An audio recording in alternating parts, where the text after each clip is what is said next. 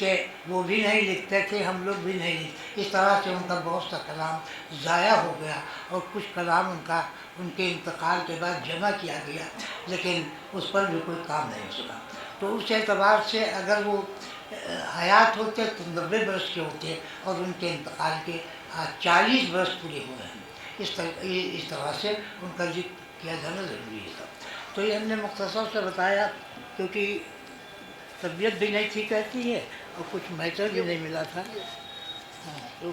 کچھ اشعار ان کے ہیں، وہ آپ کے سامنے پیش کر دیں۔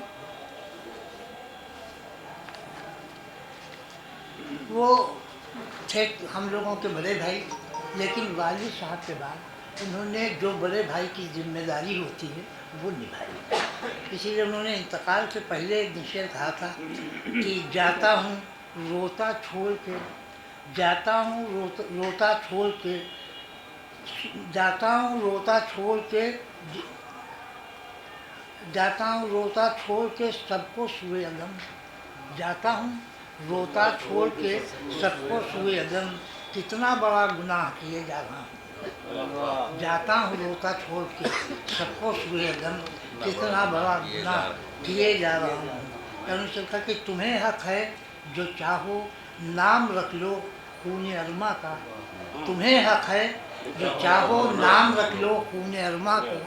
ہمارے اشک ہیں ہم ان کو پانی کہہ نہیں سکتے، تمہیں حق ہے جو چاہو نام رکھ لو خون ارما کا، ہمارے اشک ہیں ہم ان کو پانی کہہ نہیں سکتے۔ ایک اردو کے حوالے سے کہ اردو میں اگر غالب و اقبال نہ ہوتے، اردو میں اگر غالب و اقبال نہ ہوتے، ہم کرتے ابھی حافظ و خیام کی پوجا، اردو میں اگر غالب و اقبال نہ ہوتے، ہم کرتے ابھی حافظ و خیام کی پوجا۔ اور یہ ایک رومانی شعر کہ ہم نے ایک بار دیکھا تھا ان کی طرف، ہم نے ایک بار دیکھا تھا ان کی طرف، پھر وہ دیکھا کیے عمر بھر آئی، ہم نے دیکھا تھا، ہاں جی ہاں، ہم نے ایک بار دیکھا تھا ان کی طرف، پھر وہ دیکھا کیے عمر بھر آنا۔ اور یہ شعر بھی دیکھے گا کہ میری طرح سے اس کو نہیں ایک پل سکون، میری طرح سے اس کو نہیں ایک پل قرار، شاید زمیں کے سینے میں بھی دل ہے دوستو، شاید زمیں کے سینے میں بھی دل ہے دوستو، اور لائی کہاں پہ کھینچ کے خود آ گئی مجھے، لائی کہاں پہ کھینچ کے خود آ گئی مجھے، میں زندگی کو بھول گیا زندگی مجھے، میں زندگی کو بھول گیا زندگی مجھے۔ اور ایک شعر یہ، ہم جو پل بھر کسی کے ساتھ ہنسے، ہم جو پل بھر کسی کے ساتھ ہنسے، ہم پر دنیا کے حادثات ہنسے، ہم جو پل بھر کسی کے ساتھ ہنسے، ہم پر دنیا کے حادثات ہنسے۔ اور یہ کہ ساقی نے مجھے، ساقی نے میرے ایسا مجھے رند بنایا، ساقی نے میرے ایسا مجھے رند بنایا، دنیا سے میں ساغر کا طلبگار نہیں ہوں، دنیا سے میں ساغر کا طلبگار نہیں ہوں۔ تو یہ چند اشعار جو تھے میرے حافظے میں، وہ میں نے آپ کے سامنے پیش کر دیے۔ تو اس طرح سے آج کی اس محفل میں ان کا بھی ذکر کیا۔ ہمیں بڑی مسرت ہے کہ ہمارے درمیان ہمارے سرپرست حافظ اکرم صاحب بھی موجود ہیں، اور کئی ماہ سے خالد بھائی سے ہمارا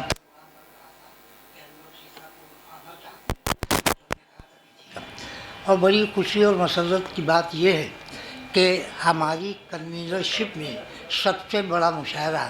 30 اپریل 1971 کو ہوا تھا علامہ اقبال ڈے کے نام سے، جس کی صدارت علامہ نشور واحدی صاحب نے کی تھی، اور جس کی سیتا پور میں پہلی بار نظامت ہمارے بڑے بھائی ملک زادہ منظور احمد صاحب نے کی۔ ہمیں مسرت ہے کہ 52 برس کے بعد آج ان کے صاحبزادے کا ہم ان کا استقبال کر رہے ہیں، یہ ہماری بڑی مسرت کی بات۔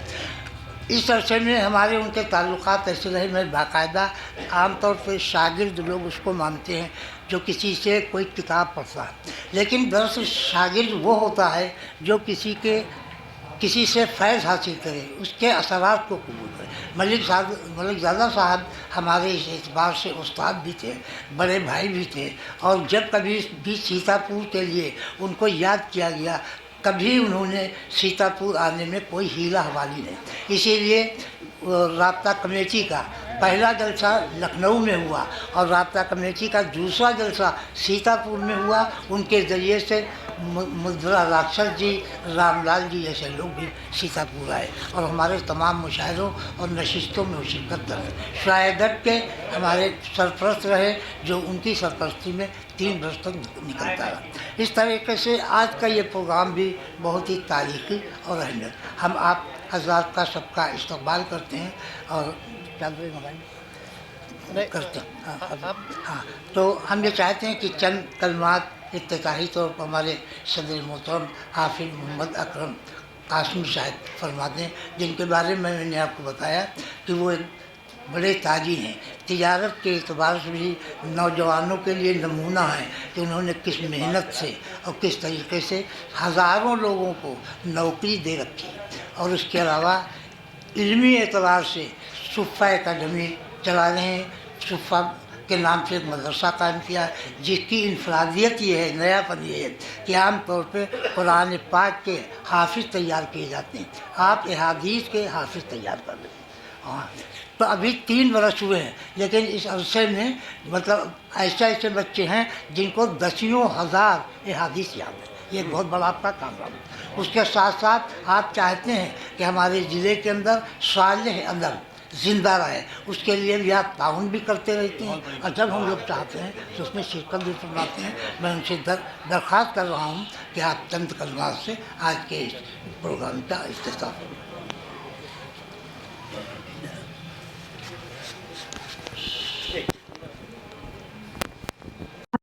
تازہ ترین خبریں پانے کا شاندار ذریعہ قومی سوچ دیکھنے کا شکریہ۔ پلیز چینل کو لائک کرنے کے ساتھ ہی اپنے کمنٹ ضرور شیئر کریں تاکہ ہم آپ کی بہتر خدمت انجام دے سکیں۔ پلیز چینل کو سبسکرائب کرنا نہ بھولیں۔